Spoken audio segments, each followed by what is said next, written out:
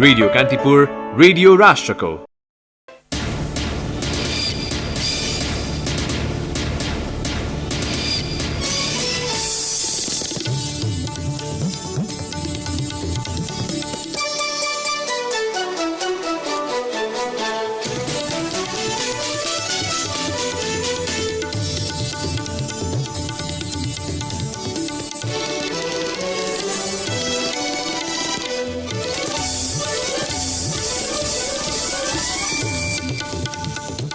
ललिता निवासको अनियमितता सम्बन्धी मुद्दामा पूर्व उप प्रधानमन्त्री गच्छेदार, अख्तियारका पूर्व प्रमुख आयुक्त बस्नेत सहित 175 जना विरुद्ध विशेष अदालतमा भ्रष्टाचार मुद्दा दायर।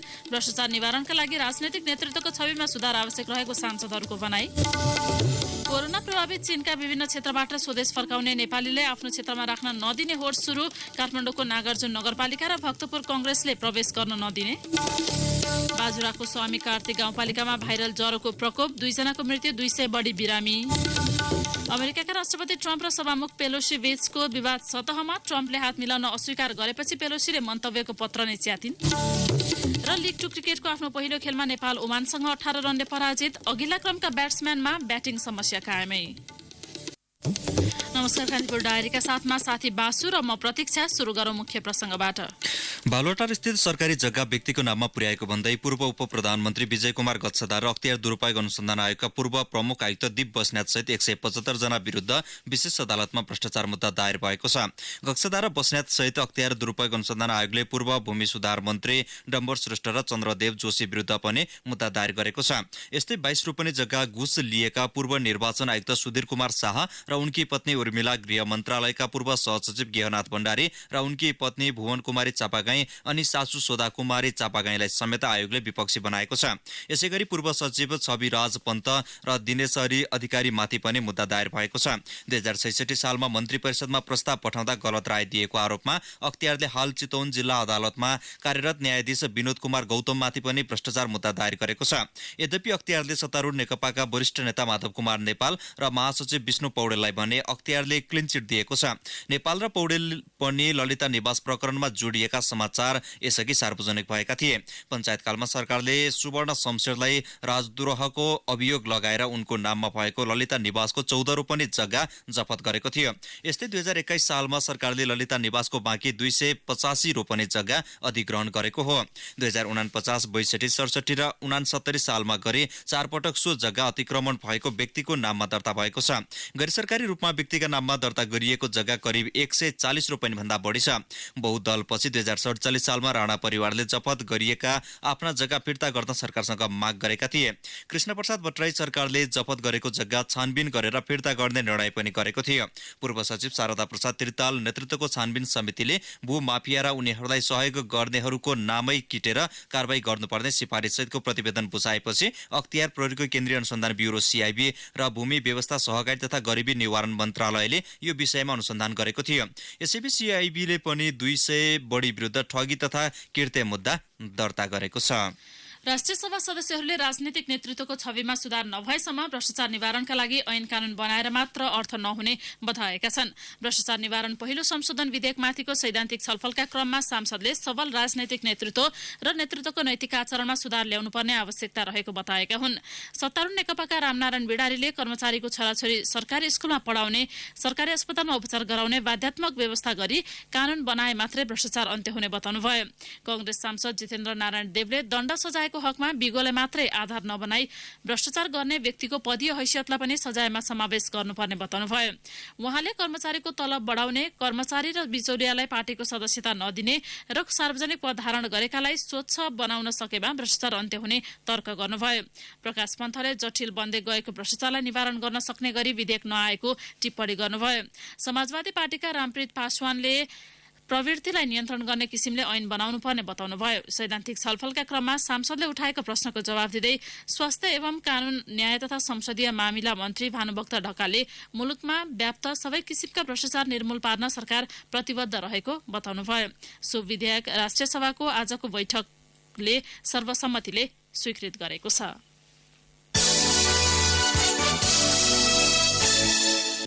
कोरोना प्रभावित चीनका विभिन्न क्षेत्रबाट 181 जनालाई स्वदेश फर्काउने पहल सरकारले तीव्र पारेका बेला यहाँ भने आफ्नो क्षेत्रमा राख्न नदिने होड चलेको छ। भक्तपुरका विभिन्न क्षेत्रमा राख्ने निर्णय गर्दै सरकारले काठमाडौँ उपत्यकाका अन्य केही स्थानलाई समेत सम्भावित क्षेत्रका रूपमा हेरेको छ। भक्तपुरको खरिपाटी स्थित नेपाल विद्युत प्राधिकरणको तालिम केन्द्रमा राख्ने तयारी भए पनि सुविधाका हिसाबमा अन्य स्थानको समेत अध्ययन भइरहेको मन्त्रालयले जनाएको छ। वीर शुक्रराज र पाटन अस्पतालमा संक्रमितहरूको उपचारको व्यवस्था मिलाइएको सरकारले उल्लेख गरेको छ। चीनबाट ल्याइने नेपालीको शरीरको तापक्रम नियमित जाँच गर्ने, स्वास्थ्यमा कुनै पनि समस्या भए जानकारी दिन फारम भराउने, अस्पताल लैजाने सहित क्वारेन्टाइन विधि अपनाउने स्वास्थ्य मन्त्रालयको तयारी छ। नेपाल सरकार चिनिया दूतावास समेतले चीनमा रहेका कुनै नेपालीमा संक्रमित नभएको स्पष्ट पारे पनि भक्तपुर कांग्रेस, काठमाडौँको नागार्जुन नगरपालिका लगायतले उद्धार गरी ल्याइएकालाई प्रवेश गराउन नदिने चेतावनी दिएका छन्। नेपाली कांग्रेसको भक्तपुर इकाइले भक्तपुरको कुनै पनि स्थानमा चीनको वुहानबाट उद्धार गरी ल्याइने नेपालीलाई राख्न नदिने चेतावनी दिएको छ। नेपाली कांग्रेस क्षेत्र नम्बर 1 भक्तपुर क्षेत्रीय कार्य समितिले बैठक नै राखेर नोभल कोरोना भाइरसको केन्द्रबाट उद्धार गरी ल्याइएका नेपालीलाई बोर्डस्थित कृषि तालिम केन्द्र वा खरिपाटे स्थित नेपाल विद्युत प्राधिकरणको तालिम केन्द्रमा नराख्न चेतावनी दिएको हो। बैठकको निर्णयमा भनिएको छ, आवश्यक तयारी नगरी र सो भाइरस सरुवा भएकाले यसको रोकथामको राम्रो प्रबन्ध नगरी नराख्न सम्बन्धित पक्षलाई चेतावनी दिन चाहन्छौ। बैठकपछि स्थानीयले केही बेर खरिपाटी चाँगुनारायण नगरपालिकामा कालो झण्डा सहित विरोध प्रदर्शन समेत गरेका थिए। यसैबीच काठमाडौँको नागार्जुन नगरपालिकाले उद्धार गरी ल्याइएका नेपालीलाई आफ्नो नगरपालिकाभित्र राख्न नदिने निर्णय गरेको छ। नगरपालिकाले स्वास्थ्य तथा जनसङ्ख्या मन्त्रालयलाई पत्र लेख्दै चीनबाट उद्धार गरी ल्याइने नेपालीहरूलाई शहरी विकास मन्त्रालयको भवनहरूमा नराख्न अनुरोध गरेको छ। नगरपालिकाकी उपप्रमुख सुशीला अधिकारीले हस्ताक्षर गरेको पत्रमा वडा नम्बर 1 मा रहेको सो भवन घना बसोबास भएको क्षेत्रभित्र पर्ने भएकाले उनीहरूलाई त्यहाँ नराख्ने व्यवस्था मिलाइदिन मन्त्रालयलाई आग्रह गरिएको छ। सो पत्रमा प्रधानमन्त्री तथा मन्त्री परिषदको कार्यालयलाई बोधार्थ दिएको छ। उपप्रमुख अधिकारीले सो भवन पुरानो, जीर्ण, सरसफाई नगरिएको र घना बस्तीको नजिक भएकाले उपयुक्त नभएको बताउनु भयो। नगरपालिकाले जनताको आवाज बोलेको प्रतिक्रिया दिँदै उहाँले जीर्ण भवनमा रोगी राख्ने ठाउँ पनि नभएको दावी गर्नुभयो। यसैबीच सत्तारूढ नेकपाका अध्यक्ष पुष्पकमल दाहालले कोरोना भाइरसका बारेमा पश्चिमा शक्तिले गलत प्रचार गरेको आरोप लगाउनु भएको छ।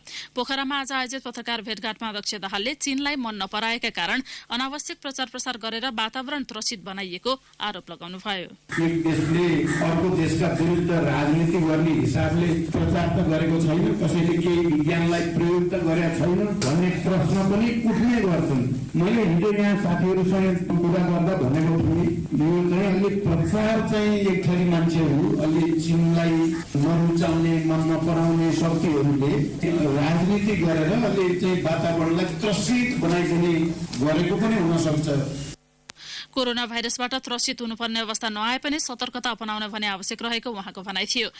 यस्तै अध्यक्ष दाहालले अमेरिकी सहयोग मिलेनियम च्यालेन्ज कर्पोरेसन MCC को ठाडै समर्थन र विरोध गर्ने भन्दा पनि बुझेर मात्र निष्कर्षमा पुग्नुपर्ने बताउनुभयो।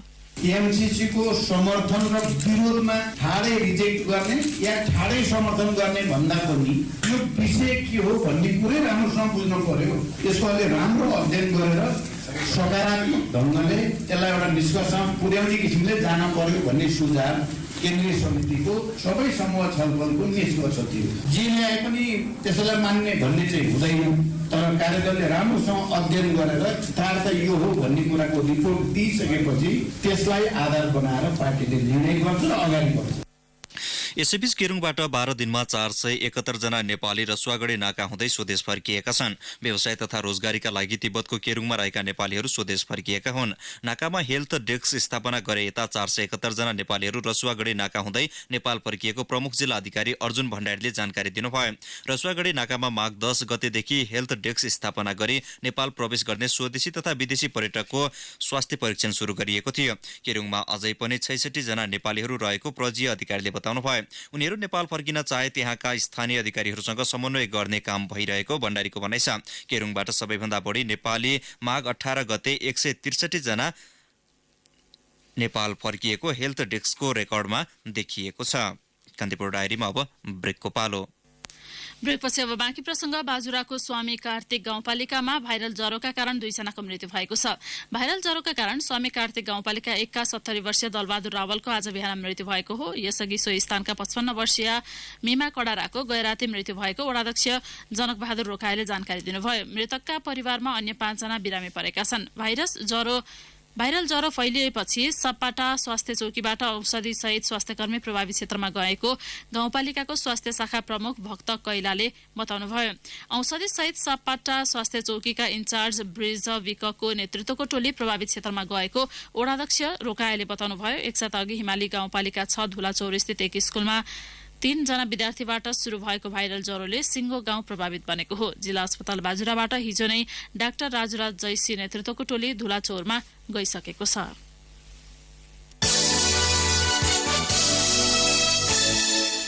संस्कृति पर्यटन तथा नागरिक उड्डयन मन्त्री योगेश भट्टराईले निजगढ अन्तर्राष्ट्रिय विमानस्थल नेपालको गेम चेन्जर आयोजना भएको बताउनु भएको छ।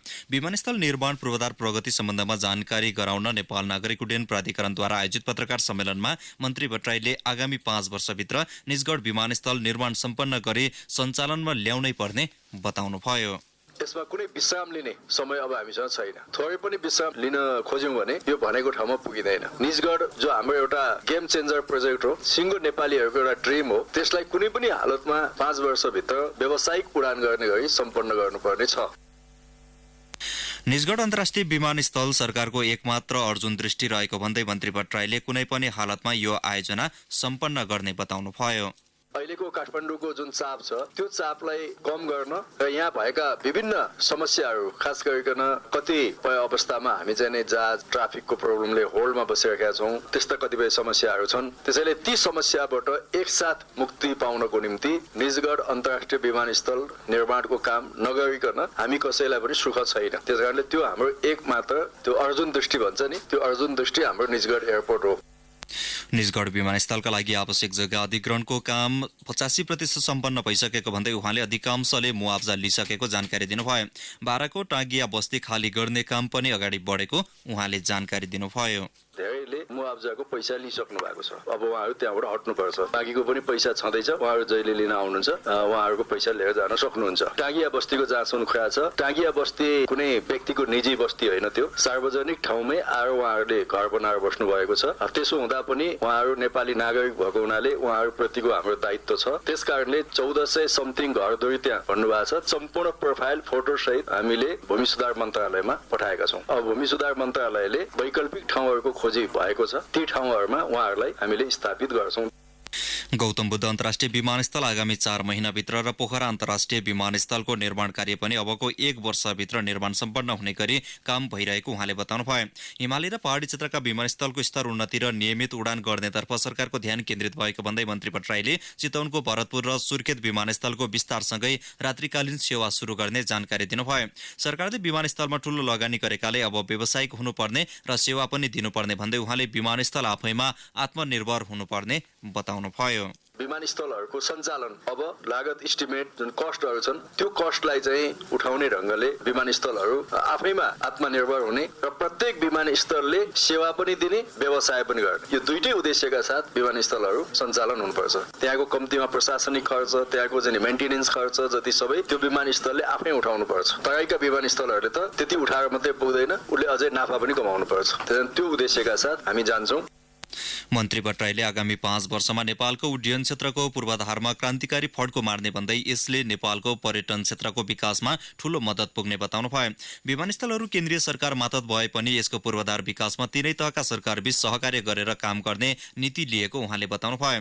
विमानस्थल निर्माण र प्राविधिक काम केन्द्र सरकारले गर्ने, सोका लागि आवश्यक पर्ने जग्गा अधिग्रहणको काम प्रदेश र स्थानीय तह मिलेर साझेदारीमा गर्ने तयारी गरेको उहाँको भनाइ थियो।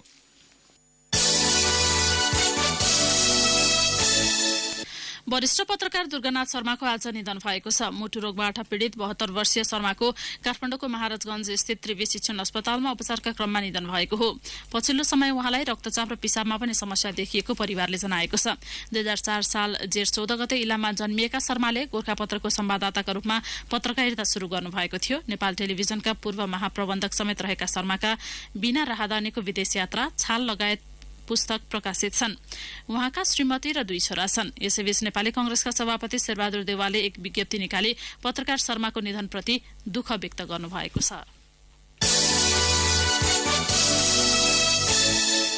अब केही समाचार संक्षेपमा। नेपाली कांग्रेसको केन्द्रीय समिति बैठक सरेको छ। आन्तरिक तयारी नपुगेको भन्दै कांग्रेसले भोलिका लागि बोलाएको बैठक आगामी सोमबारसम्मका लागि सारिएको जनाएको हो।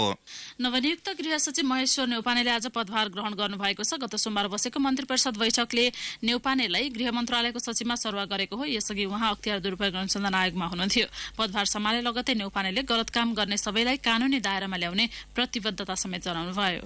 अछामको पञ्चदेवल विनायक नगरपालिका 2 का वडाध्यक्ष पदमबहादुर धामीको मृत्युको विषयमा प्रहरीले अनुसन्धान गर्न ढिलाइ गरेको भन्दै स्थानीय आन्दोलित भएका छन्। हिजो बिहान मृत भेटिएका धामीको हत्या भएको भन्दै उनीहरूले यातायात सञ्चालनमा अवरोध पुर्याउँदै आन्दोलन थालेका हुन्। केन्द्रीय अनुसन्धान ब्युरो CIB को टोली अनुसन्धान अधिकृत अछामका सुरक्षा निकाय तालिम प्राप्त कुकुर सहित घटनास्थल पुगेका छन्। सुखा पहिरोका कारण कालीगण्डकी करिडोर अन्तर्गत बागलुङ खण्डमा यातायात सेवा अवरुद्ध भएको छ। बागलुङ नगरपालिका 13 को गलुवामा सुखा पहिरो खसेपछि मालढुङ्गा कुस्मी सेरा सडक खण्ड हुँदै गुड्ने सवारी साधन पनि चल्न नसकेको प्रहरीले जनाएको छ। प्रदेश 5 को प्रदेश सभाको भौतिक पूर्वाधार तथा विकास समितिले प्रदेशका प्रमुख आयोजनाहरूलाई बहुवर्षीय आयोजनाको रूपमा अगाडि बढाउन मन्त्रालयलाई निर्देशन दिएको छ।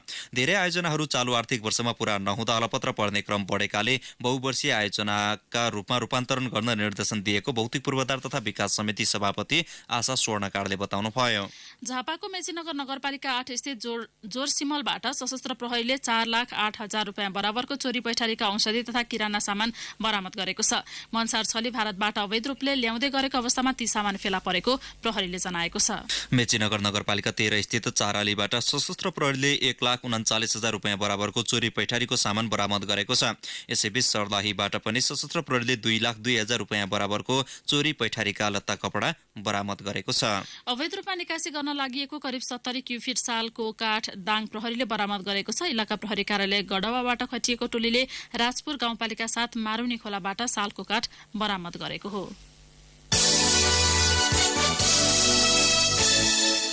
कान्तिपुर डायरीमा अब बुटौल डायरीको पालो।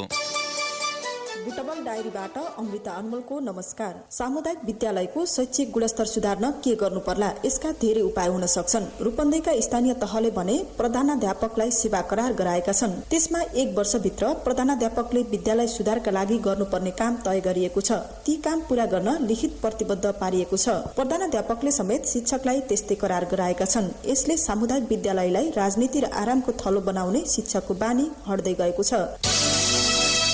रूपन्देहीका उद्योगीहरूको भेलाले आज खाद्यान्न वस्तुगत समिति गठन गरेको छ। भेलाले सनराइज फुड्सका रमेश आचार्यको संयोजकत्वमा 7 सदस्यीय समिति गठन गरेको हो। समितिको सहसंयोजकमा पंकज गेवाली, सचिवमा कृष्ण नेउपाने, सदस्यहरूमा दिलीप दयस्वाल, शीतल श्रेष्ठ लगायत रहनु भएको छ। क्याम्पसहरूको गुणस्तर सुधारका लागि विश्वविद्यालय अनुदान आयोगले गुणस्तर सुनिश्चितता प्रमाणपत्र सम्बन्धी प्रदेश स्तरीय कार्यशाला गोष्ठी आजदेखि बुटौलमा शुरू गरेको छ। 3 दिने कार्यशाला गोष्ठीमा प्रदेशका 32 क्याम्पसका सञ्चालक समितिका अध्यक्ष, क्याम्पस प्रमुख तथा प्राध्यापक गरी 150 जना सहभागी छन्। कार्यशालाको उद्घाटन गर्दै लुम्बिनी बौद्ध विश्वविद्यालयका उपकुलपति प्राध्यापक डाक्टर हृदय रत्न वज्राचार्यले शिक्षामा अन्तर्राष्ट्रिय मापदण्ड कायम गर्न सक्ने भने विश्व बजारमा शिक्षामा एकरूपता कायम हुने भएकाले गुणस्तर सुनिश्चित प्रमाणपत्रको अवधारणा ल्याएको बताउनुभयो। महिना राष्ट्रपति रनिङ सिल प्रतियोगिताको उपाधि पशुपति माध्यमिक विद्यालयले हात पारेको छ। रूपन्देहीको महिना नगरपालिकामा जारी दोस्रो संस्करणको खेल सप्ताहमा पशुपति माध्यमिक विद्यालयले 9 स्वर्ण पदक प्राप्त गरी प्रथम भएको हो। यस्तै सालजण्डी मावि 4 स्वर्ण सहित द्वितीय भएको छ भने 3 स्वर्ण पदक जित्दै सुनगापा पब्लिक मावि तृतीय हुन सफल भएको छ। स्वास्थ्यका लागि खेलकुद, राष्ट्रका लागि खेलकुद भन्ने नारा सहित बिहीबारदेखि शुरू भएको राष्ट्रपति रनिङ सिल तथा नगर स्तरीय खेलकुद सप्ताह आज समापन भएको हो। अवस्था बुटबल डायरी आजलाई यति नै। अमृता अनमोललाई बिदा दिनुहोस्। नमस्कार। बुटौल डायरी पछि कान्तिपुर डायरीमा पुनः ब्रेकको पालो। ब्रेकपछि अब आर्थिक प्रसंग। हुम्ला सदरमुकाम सिमकोटमा 4G जडान र परीक्षण सम्पन्न भएसँगै मुलुकका 77 जिल्लामै सेवा विस्तार भएको छ। प्रमुख शहर वा जिल्ला सदरमुकाममा 4G सेवा पुर्याउने लक्ष्य अनुसार हिजो हुम्लामा 4G जडान भएसँगै नेपाल टेलिकमले 77 वटै जिल्लामा आफ्नो नेटवर्क विस्तार गरेको हो। टेलिकमले गत वर्ष कोर नेटवर्क विस्तारका लागि चिनिया कम्पनी ZTE र 2वटा रेडियो एक्सेस नेटवर्कका लागि चाइना कम्युनिकेसन सर्भिसेज इन्टरनेशनल हङकङसँग सम्झौता गरेको थियो। दुवै कम्पनीसँग 1 वर्षभित्रै देशभर 4G सेवा विस्तार गर्ने सम्झौता गरेर टेलिकमले अहिलेसम्म 2038 साइटका 3683 टावरमा 4G प्रविधि जडान गरेको र 200 भन्दा बढी नयाँ टावर स्थापना गरेको नेपाल टेलिकम हुम्लाका प्रमुख शिवकुमार भट्टराईले जानकारी दिनुभयो। धितोपत्र बजारमा आज सामान्य सुधार देखिएको छ। बजार परिसूचक नेप्सी आज 5.31 अङ्कले बढेर 1342.36 बिन्दुमा पुगेको छ। नेप्सीमा सुधार देखिएसँगै कारोबार रकममा पनि अघिल्लो दिनको तुलनामा 25 करोड रुपियाँ वृद्धि भएको छ। दोहोरो अङ्कले गिरावट आएको नेप्सीमा हिजो 1.57 करोड रुपियाँ बढीको कारोबार भएको थियो। आज कारोबार भएका विकास बैंक, जल विद्युत उत्पादनमूलक र म्युचुअल फण्ड बाहेक बाँकी सबै कम्पनी समूहको उपसूचक उकालो लागेको छ। सबैभन्दा बढी जीवन बीमा कम्पनी समूहको उपसूचक 38.26 अङ्कले बढेको छ। नेप्सेमा आज कुल 177 कम्पनीका 12,440 कारोबारबाट 32,60,198 किता सेयर किनबेच भए, जस अन्तर्गत 1,82,48,00,00,000 रुपियाँ बढीको कारोबार भएको नेपाल स्टक एक्सचेन्जले जनाएको छ। अब अन्तर्राष्ट्रिय प्रसंग। अमेरिकाका राष्ट्रपति डोनाल्ड ट्रम्प र डेमोक्रेटकी शीर्ष नेता नेन्सी पेलोसी बीचको विवाद सतहमा आएको छ। संयुक्त सदन स्टेट अफ युनियनमा ट्रम्पको सम्बोधनका क्रममा दुईजना बीचको विवाद सतहमा आएको हो। सम्बोधन सुरु हुनु अघि सभामुख पेलोसीले हात अघि बढाए पनि ट्रम्पले हात मिलाउन अस्वीकार गर्नुभयो। पेलोसीले पनि स्वागत भाषणका क्रममा राष्ट्रपति ट्रम्पका लागि अति विशिष्ट सम्बोधन प्रयोग नगरेको बीबीसीले उल्लेख गरेको छ। पेलोसीले सम्बोधन सकिए लगत्तै ट्रम्पको सम्बोधनको प्रतिलिपि पनि च्यात्नु भएको थियो।